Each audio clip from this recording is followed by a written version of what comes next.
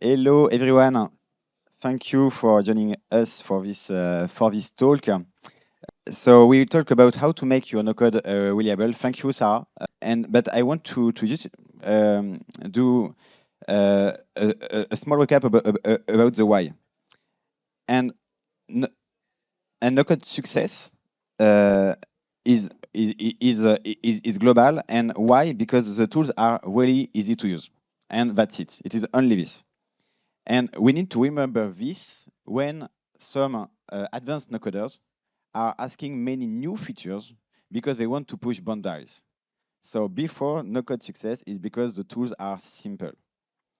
And that's why so many features are missing when you try to push boundaries of no-code, such as API weight limits, logs, security, versioning, you name it. And when you realize that even with such easy to use tools and limited features, you can create a multi-million dollar e-commerce or an ERP for the airline industry, you are you might find yourself in a weird unknown place. And I think you already have this feeling before. You have a weird feeling, a feeling of insecurity, because you are like you were chatting at a game and you are not sure that you can do it and if you are allowed to do it. You are chatting with security, with maintainability, with scalability. So I want to be clear with you: you are not alone. You are so many to be in this to have this feeling of insecurity.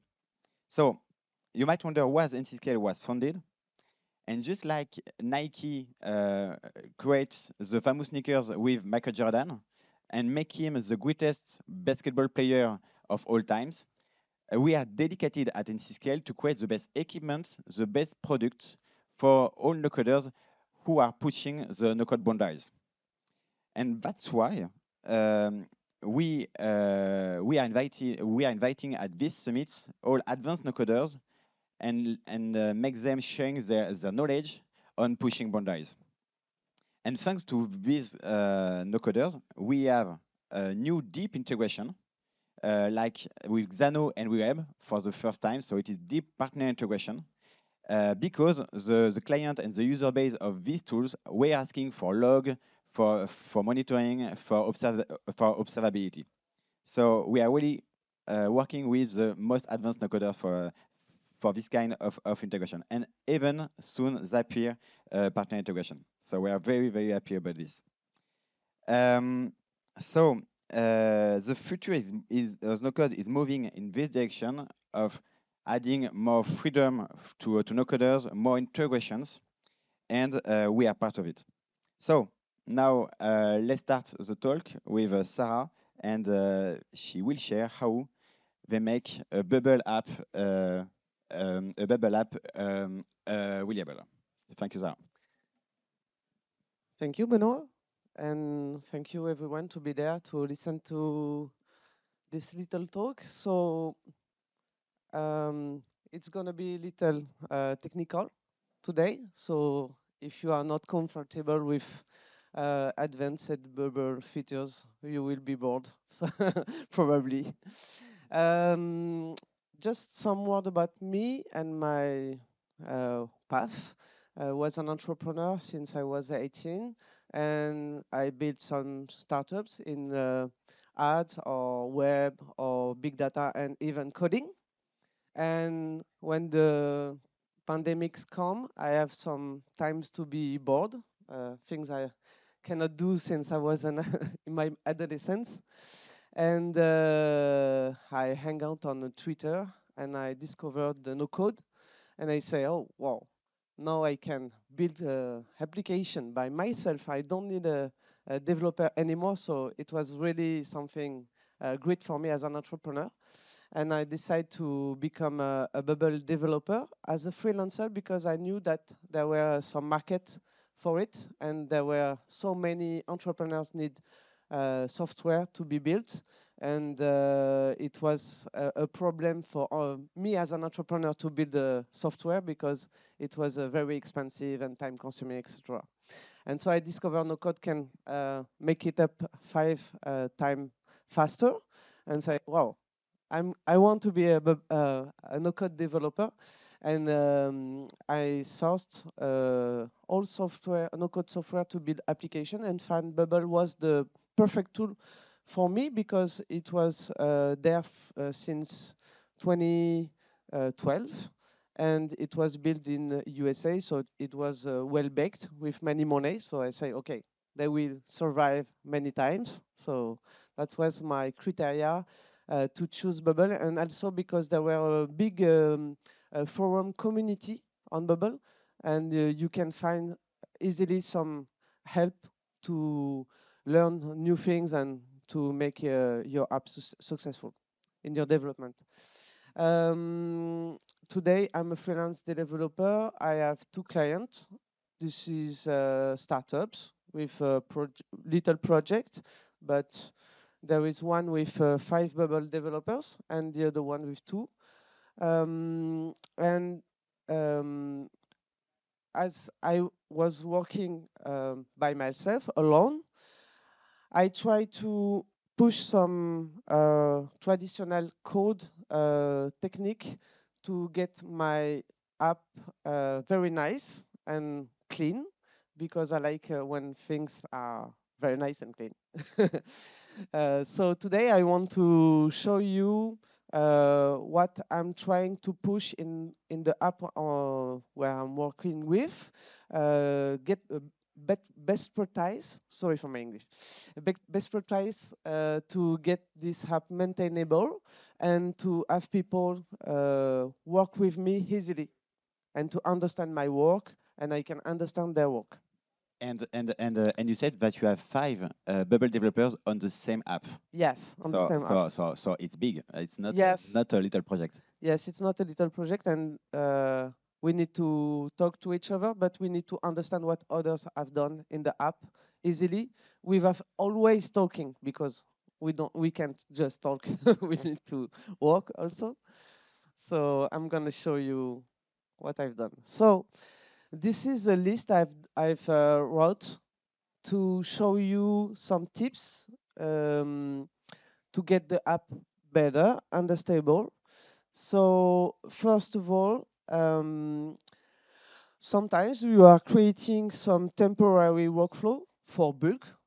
By example, you need to change a field from one table from another, or you need to update a field, data's field for a whole table. So you are creating some temporary workflows. And one rule in the app is to use this temp folder. As you see in the workflow tab, you can create a folder. So I recommend to use this because those workflows are going to be deleted. So when you create this kind of workflow, temporary workflow, use this temp folder, and always add a note to each workflow, even if they are in temp folder. So what we do is we add a note, and in this note we wrote the date created by Sarah or someone else, and then under the purpose of the workflow, what is being done for, okay? And then if someone work again on this workflow later, he had again under the date by Julian or something, and then what the change he made to this workflow, because it's not easy to maintain this change log in other tool than Bubble. I tried to make it on Notion or something on somewhere else, but really it's not maintainable. No one goes elsewhere to write, oh, this workflow, I change this, I do this on this. No one does this.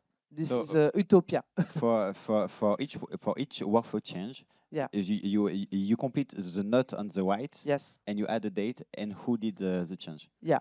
Okay, why not? And Yes, it is a good idea. yeah. So just remember that when you copy paste a workflow, it doesn't copy paste the note. So Emmanuel, if you are there, please copy paste the note also. Okay. There is something else is that when you are working on an app, your client asks you for new features. And so when you are developing the features, you don't want it to be pushed on the live version. So you can tell me, okay, create a branch, but sometimes you don't have as many branches as needed as you have developers because the plane shows does not include how many branch we need. So what we do in this case is we block the workflow with condition. So there is only developers can play this workflow. So this condition can be the developer's email. So the condition on the workflow to be triggered can be current user email is hello dot arrobas sarah.steph.fr or something. This is a way to block your workflow. So when you push it to live, users cannot play it, cannot trigger it, but you can with your account. And if your client wants to test this workflow, he can log as your account, so he can test it in live or in test with no problem. Is there any question on those tips? Perfect. So I'm clear. Okay, another tip I recommend is when you copy paste elements, think of renaming it. So I will tell something about it later, but I'm naming all the workflow. I'm renaming all the workflow. I don't let the default name of the workflow and the action or the for the elements. So when you copy paste something, maybe sometimes you want to copy with workflow and element and use it another time. Think of rename it, because if you don't rename it, you can have the same save user button instead of save something else button. So don't forget to rename it. And I paste this table on the right, where this is some short name I use to rename elements in the design tab. So for group, I use GR. For repeating group, RG, etc., etc. It allows us to find element quickly when you use it in your workflow or when you are in the design tab. You can search an element, so it's quicker to search for RG users or RG products than repeating group users or repeating group products. Try it. You will see it's very quick to use and very practical. Some tips about the data. So you know, when you are in the data tab in Bubble, you can create view when you add condition to filter the data. You can create some custom views. Don't forget to rename it, because it's easy to have a user modified 1, user modified 2, user modified 3. Please don't let 10 like this. And you can rename your table. So what we do is rename it with our names. So I have a user Sarah, so I can change my condition.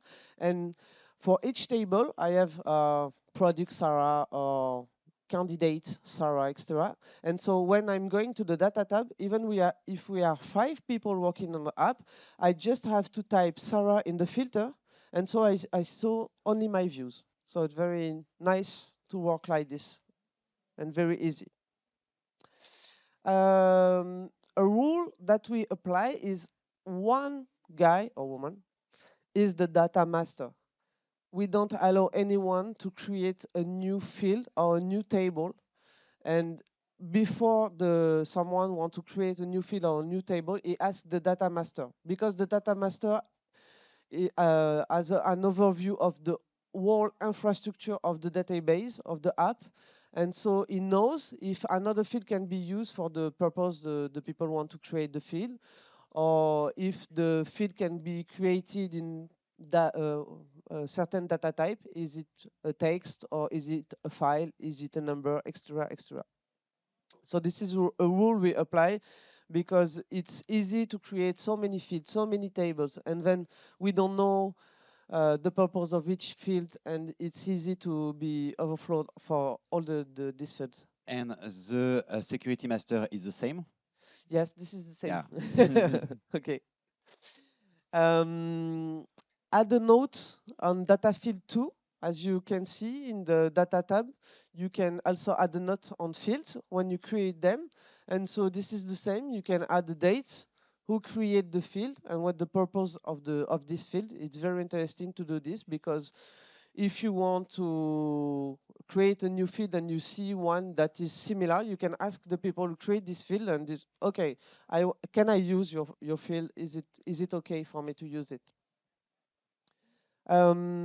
Same, I'm always, I have a convention naming for fields. So when you create a field, remember that field name you created will always be the same in the log forever. So if I'm creating a field that is name, it will be name forever. If I change it for name underscore users, when I'm get into the logs, I will not ever see name / underscore user. I will always see name. So this is very important. Why? Because sometimes you create a yes no field, okay? And by default you say this is yes. This is silly, but you create it as yes by default. And then you say, oh, I'm silly. This should not be yes by default. So categorized is yes. Oh no, uncategorized is yes, maybe. I changed the name. But when you see the log, you will always see the first name you give to the field. And so it's very confusing for everyone. When you create a field name, please don't use any accent or spaces, and use it as lowercase. Why? Same in the logs. If you use an accent, I say this because French have many accents, and so I see often people using accent in field names, and this is a real problem because in logs you will not see accent, you will see underscore only. So it's not understandable. And same option set name start with OS underscore because it's easy to find when you use it in condition or workflow. Finally, make a functional documentation. Alors, not easy. Sometimes clients will tell, oh, I don't want you to waste time writing some documentation. Don't do this. It's useless, extra. No, do this. Please take the time to do some functional documentation, not something technical, but something functional. Like you can say, okay, this feature purpose is to let people register, and if people are green, they can register as green, and extra, extra, extra. Make it, take the time to do it and update it. It's very hard to do, but you need to be conscientious to make your work great. And what is the part of your time on documentation? Documentation, I think it's maybe 10% of my time. It's big, Okay. but it's needed.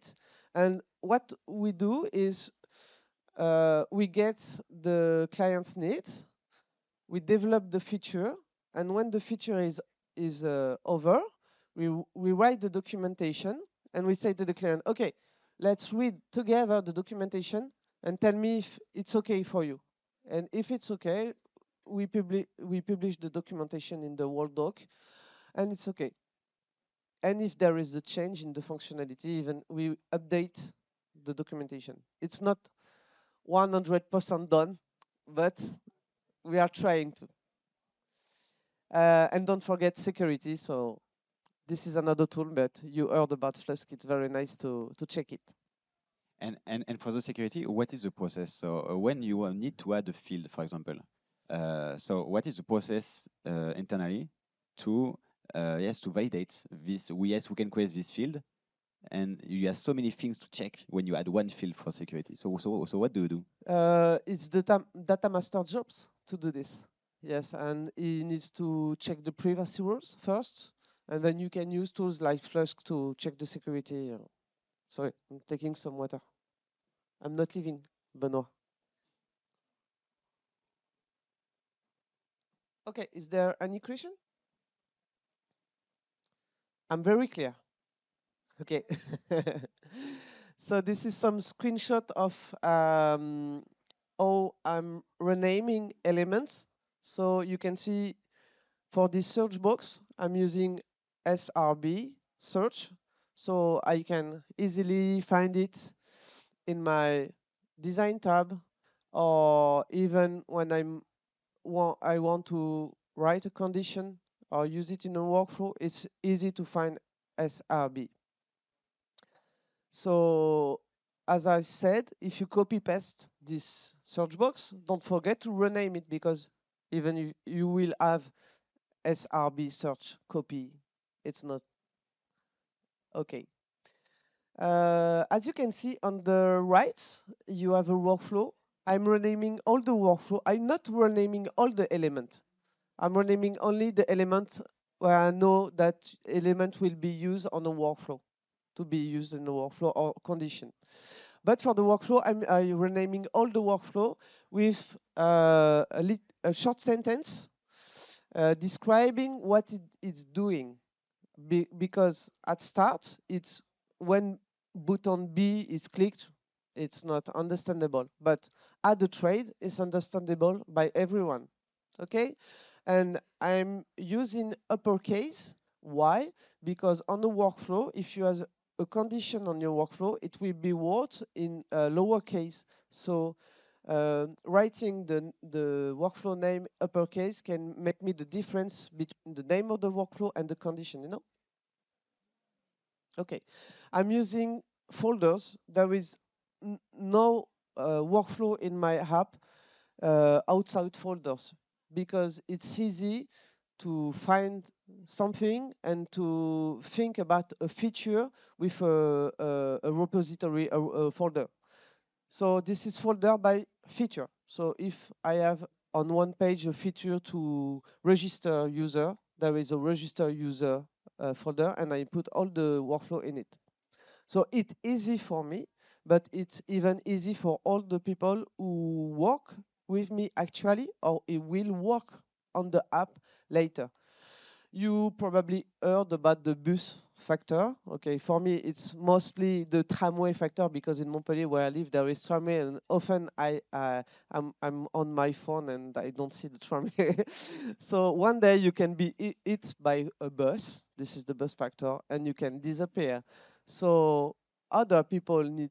It's a joke. Sorry. Even if you one day you disappear, or one day you need to leave an application, you can let other bubbler tell, oh, these people make crap on this app, it's ugly. You need to have people saying, oh, this is a beautiful app with everything is renamed, very nice, I can find things easily. Oh, these people is very nice, you're gonna go to paradise. You need to tell this thing for me if you go on my app one day. And so I'm also renaming action in my workflow. Not all action, because there is some default name that are relevant. We don't need to rename copy a list of something. It's easy to understand. But when you create a new thing, it's easier to rename the action, like this one, add a new cell. I understand easily what I'm doing there. Why I'm renaming all elements, for all the people understand easily my work, and also because when you're using third-party tools like NCScale or Flusk, it will be easier for you to find action with their name, because if you have the create a new thing, you have created a new thing everywhere in your app, you will not find it easily in the logs in NCScale, by example. Okay. Was it clear? Do you have any question? Yeah, nice. I can. Give him the mic. Okay. Thank you. Do you write in French or in English the name of the field in the Okay. database? This is a tricky question. Okay, for now, I think there is half-half sometimes. Half-half. Thank you for these tips. If you have other questions for the tips, and then you can show how you fix bugs. Yeah. Is there any question? No? Yeah, nice. If you would suggest some new features for Bubble that would help you doing these things, what would that be? I think some. I think online documentation for Bubble will be very nice. Something because notes they are attached to the an element, but I think if we have somewhere where we can find all the notes and do a search in the note will be very nice. I told them already. Other question? Yeah.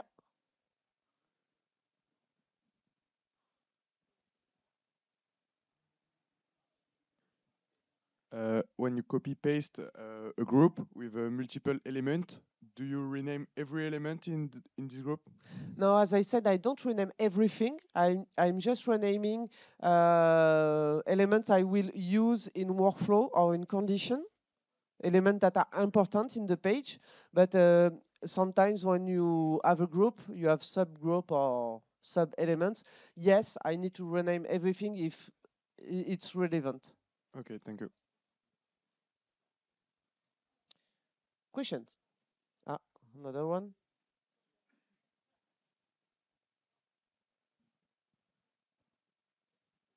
Hello.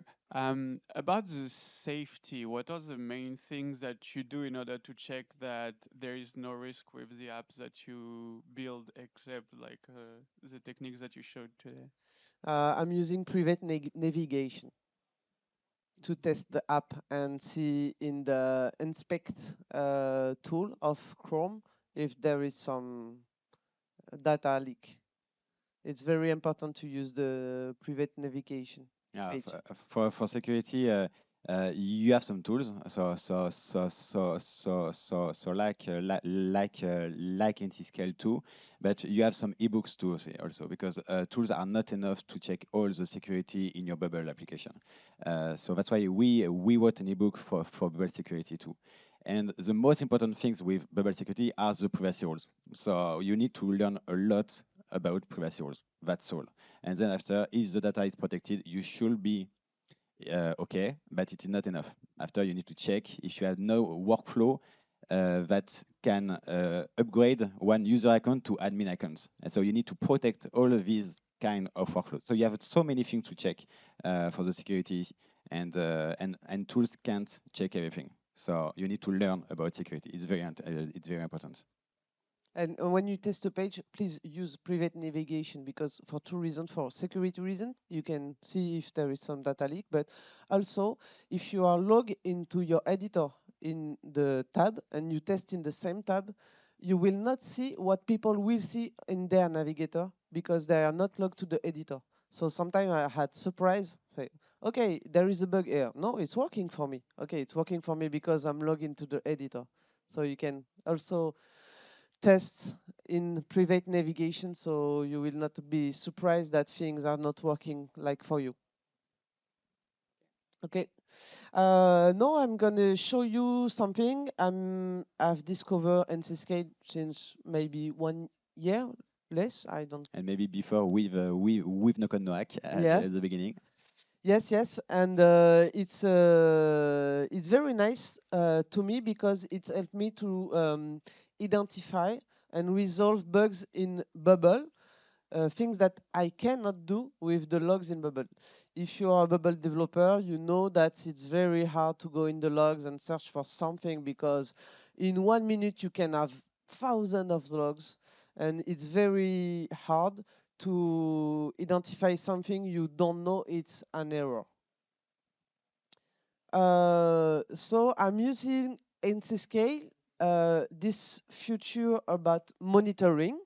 It's very easy to use. And as you can see, I have those parameters here, these filters. And there is something you cannot see in Bubble, but logs comes with some data fields for logs. And NCScale leverage those fields for us to filter the logs. And it's very easy for us to identify something.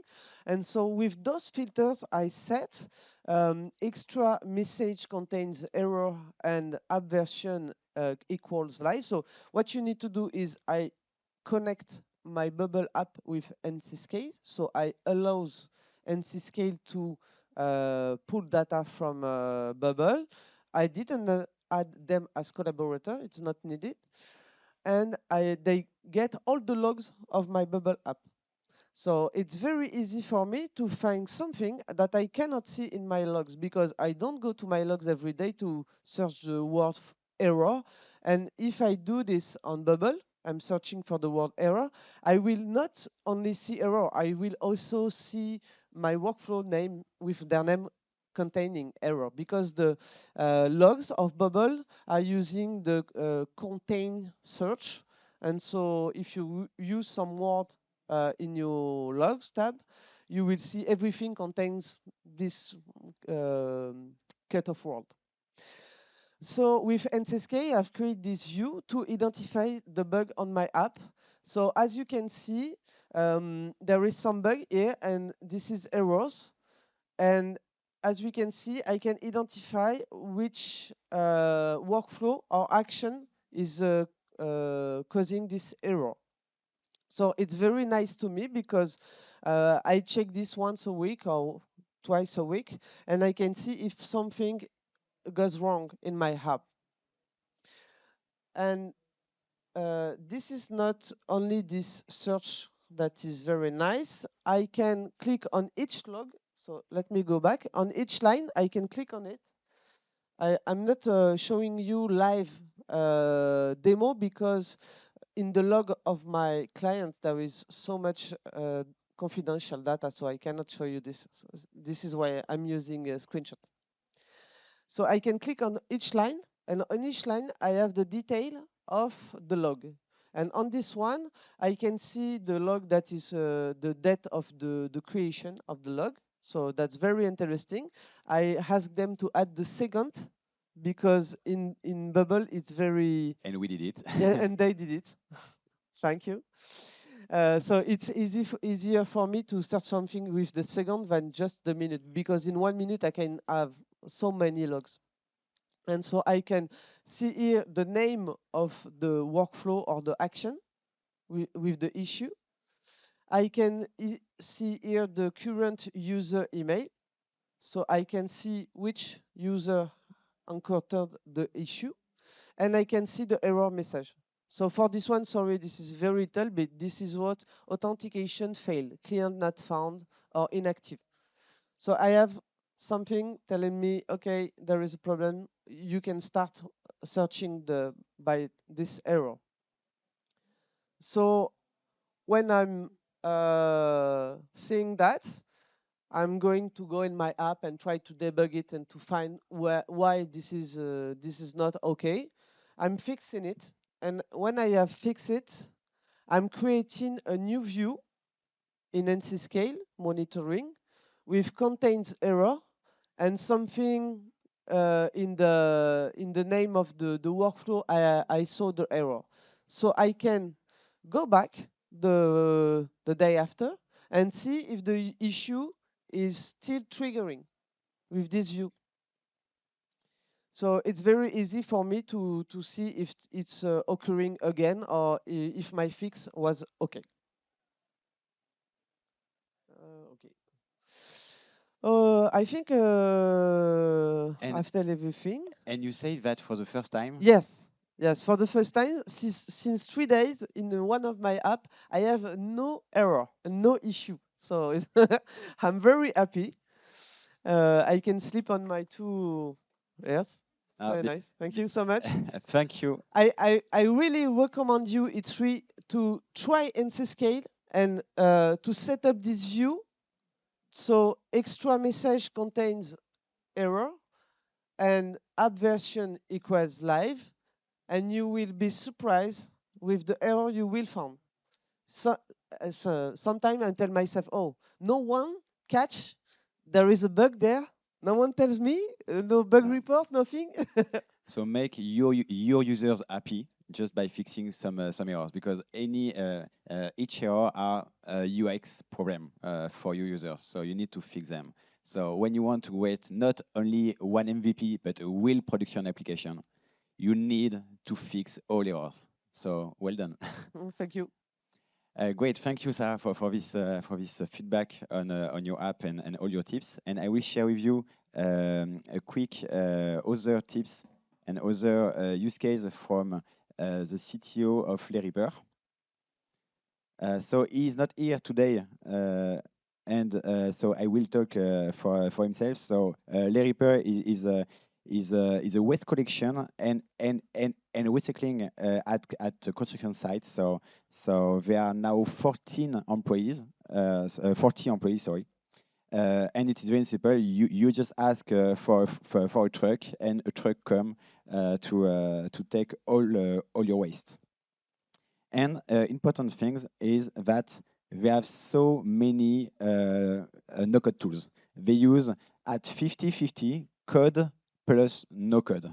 They use Make, they use Airtable, they use N8N, AppGyver, TypeScript, MongoDB, Angular. So Valentin is a developer, but he uses also many no-code tools, 50-50. It's really incredible.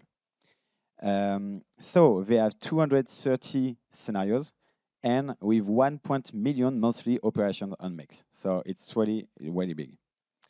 And no-code is at many levels in their app. So for registrations, for order automations, for communications, for payments and debt, for legal documents, and for call redirection. So it is very everywhere. And now they have an issue for sure when they need to maintain this, when they need to find some service inside all their scenarios.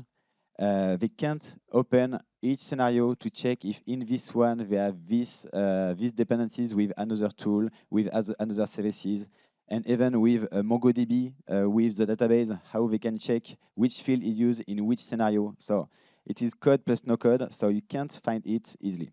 So that's why they are using a full text search. So it is our new feature since June, and you can just search by your text to find all text and all variable in all your scenarios, or even in your Bubble application, in your Airtable formula, wherever. So they save between 3 and 4 hours per month for this kind of application. So it's really interesting to have this kind of feedback. And they are recruiting new no-coders. So if you want to go in this company to learn how to do great no-code, you can use it. I don't do a demo because we don't have more time, so I won't do it. But if you have some question about NC Scale, I can answer now. Thank you.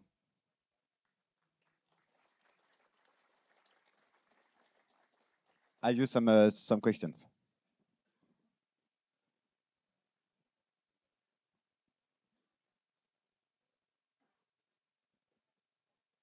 It's okay. Great. Thank you very much, and have a good summit.